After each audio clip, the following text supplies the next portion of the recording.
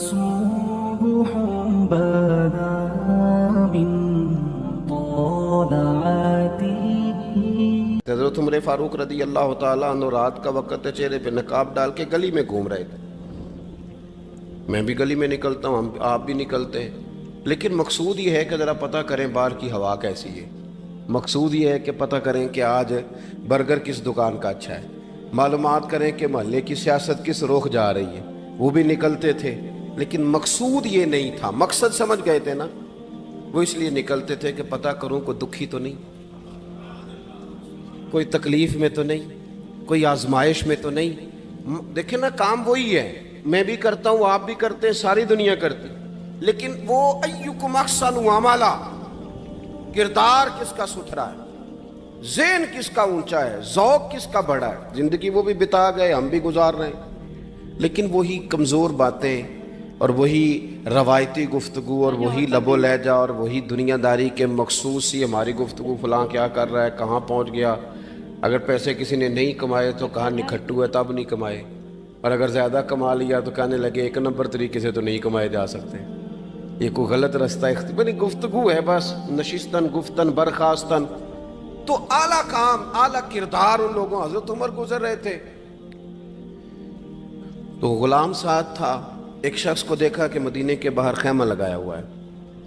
بھئی خیریت ہے، یہاں خیمہ کو لگایا؟ کہنے لگا امیر المومنین سے ملنے آیا ہوں، رات ہو گئی تھی تو سوچا یہیں قیام کر لیتا ہوں، صبح ان سے ملوں گا. تو فرمایا اندر کسی کے درد سے کراہنے کی آواز آتی ہے.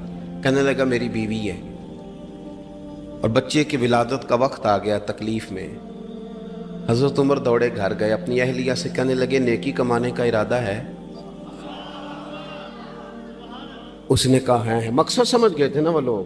بالکل ہے. فرمایا جو ضرورت کی چیزیں ولادت کے وقت ہوتی ہیں لے لیں. کچھ گھی لے لیا، کچھ چنے لے لیے، کچھ ضرورت کی چیزیں لے لی، خاتون کو ساتھ لیا. یہ خاتون اول کی بات کر رہا ہوں میں خاتون اول کی بات کر رہا ہوں. حضرت فاروق اعظم رضی اللہ تعالیٰ عنہ امیر المومنین ہے.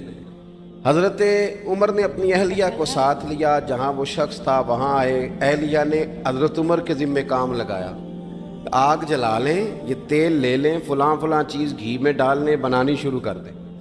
فاروق اعظم نے ہاتھ کے اندر پکڑا ہوا برتن، چمچہ، ڈوئی بھی آخ لی دے، پنجابی ہے نا ہم، تو وہ کام کر رہے ہیں، چلا رہے ہیں، آگ جلا رہے ہیں. خاتون اندر ڈیوٹی کر رہی. تو وہ شخص جو تھا نا جس کی بیوی تھی، وہ کہتا ہے میں 2-3 دفعہ کا غلام ادھر آ، فلانی چیز بتا. میرے ذہن میں یہ تھا کہ امیر المومنین نے کو بندہ کھڑا کیا آنے جانے والے مسافروں کا خیال کرے. میرے ذہن 2-4 دفعہ میں نے اپنے لفظوں میں بات بھی کہہ دی، لیکن جب اندر میرے بچے کی ولادت ہوئی تو اندر سے میری بیوی بولی اور حضرت عمر کی اہلیہ بولی اور بول کے کہنے لگی امیر المومنین مبارک ہو، آپ کے دوست کو رب نے بیٹا دیا ہے. وہ شخص کہتا ہے میں باہر کھڑا تھا، وجود تڑپ گیا، آنکھیں برس پڑی. کبھی نہیں رویا تھا پر کیفیت عجیب بن گئی. کوئی تقریر نہیں سنائی، کوئی اعلیٰ شعر نہیں انہوں نے پڑھا. میں نے جوں لے کر ان کے سر سے پاؤں تک دیکھا. میں نے کہا یہ وہی شخص ہے جس کا نام لے تو کیسر و کسرا کانپ جاتے ہیں، یہ وہی شخص ہے. میں نے جمعے میں کہا تھا کہ روب کپڑوں کا نہیں ہوتا، روب تو دیانتداری کا ہوتا ہے. ہاں بڑا مال کما کے لوگوں نے بنائی ہوتی ہے کار کوٹھی، تو بندے کھڑے ہو کے کہہ دیتے ہیں 2 نمبر طریقے سے آیا ہے. اور 13ویں-14ویں گریڈ کا ملازم ہو تو اس کے سامنے بہت بڑا افسر ڈر رہا ہوتا ہے یار بندہ دیانتدار ہے، یہ رشوت نہیں لیتا، سفارش نہیں مانتا، یہ میرٹ پہ کام کرتا ہے. تو روب تو آپ کی دیانتداری کا ہے، آپ کی سچائی کا ہے. اپنی زندگی میں جو لوگ مقصد سمجھ گئے، مقاصد پا گئے، کچھ کر گئے. ہم ذرا الجھ گئے ہیں. پہلے اتنا شاندار مکان بناتے ہیں، پھر مرنے کو کس کا دل چاہے. اتنی محنت کر کے جو ہے وہ کوٹھی بنائی ہے تو اب چھوڑ کے کون جائے. وہ تیار بیٹھے تھے. انہیں نبی کریم نے کہا تھا کن فی الدنیا کانک غریب نو عابر السبیل، تم نے مسافروں کی طرح رہنا ہے. او میرے بھائی، کبھی دیکھا ہے ایئرپورٹ پہ مسافر لڑتا ہو کہ میں نے یہ جگہ خریدنی ہے؟ اسے پتہ ہے کہ ابھی فلائٹ آنی ہے، میں نے تو چلے جانا ہے. ریلوے اسٹیشن پہ جو جگہ ہوتی ہے وہ خریدنے کے لیے لوگ رٹا نہیں ڈالتے، انہیں پتہ ہے پہلی ٹرین سے چلے جانا ہے،